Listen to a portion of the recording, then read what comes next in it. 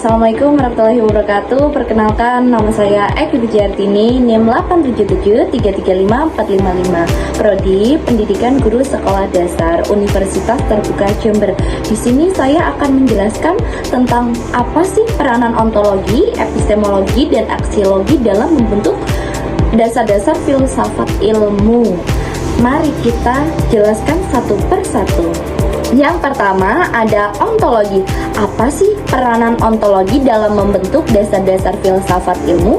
Peranannya adalah menentukan objek, material, dan formal yang menjadi kajian ilmu pengetahuan, menjawab pertanyaan mengenai apa yang ada, dan batas-batas kajian ilmiah, memastikan ilmu pengetahuan berlandaskan pada objek yang nyata, jelas, dan dapat dipertanggungjawabkan.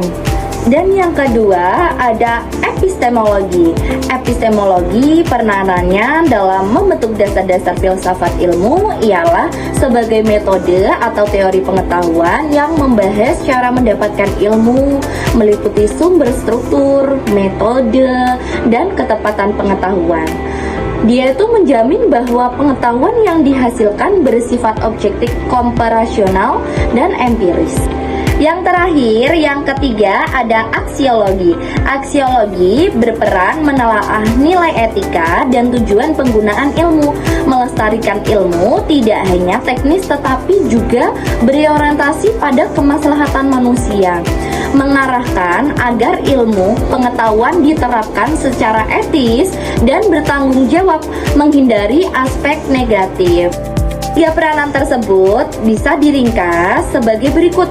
Yang pertama ada ontologi, seperti menentukan apa yang dipelajari atau objeknya. Dan yang kedua ada epistemologi, menentukan bagaimana sih cara mempelajarinya atau metodenya bagaimana. Dan yang ketiga ada aksiologi. Aksiologi seperti contohnya menentukan untuk apa sih ilmu itu digunakan, seperti manfaat atau kegunaannya sebagai apa. Jadi kita kegunaannya harus yang positif ya teman-teman, tidak boleh negatif. Nah, ini aku punya contohnya seperti pohon mangga yang ada di atas PPT-nya aku.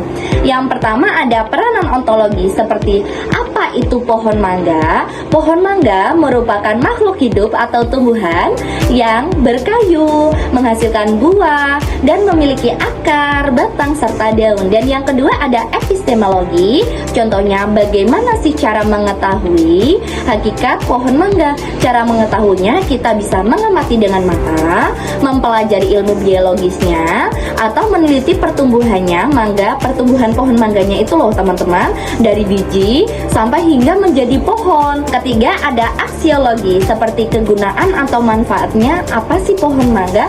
Seperti contohnya, untuk apa sih mempelajari tentang pohon mangga digunakan?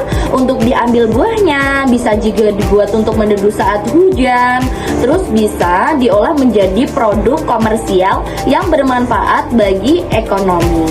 Ketiga peranan tersebut seperti ontologi, epistemologi, dan aksiologi dalam membentuk dasar-dasar filsafat ilmu, dia tuh saling berkaitan dan juga tidak bisa dipisahkan, dan juga berperan penting dalam membentuk suatu ilmu agar menjadi sistem pengetahuan yang utuh, terarah, dan bermanfaat. Jadi tanpa salah satu dari ketiganya, ilmu tidak akan lengkap dan tidak memiliki arah yang jelas. Untuk penjelasan dari saya kira sudah cukup. Jika ada salah kata ataupun ada ucapan yang salah, mohon maaf sebesar-besarnya. Assalamualaikum warahmatullahi wabarakatuh.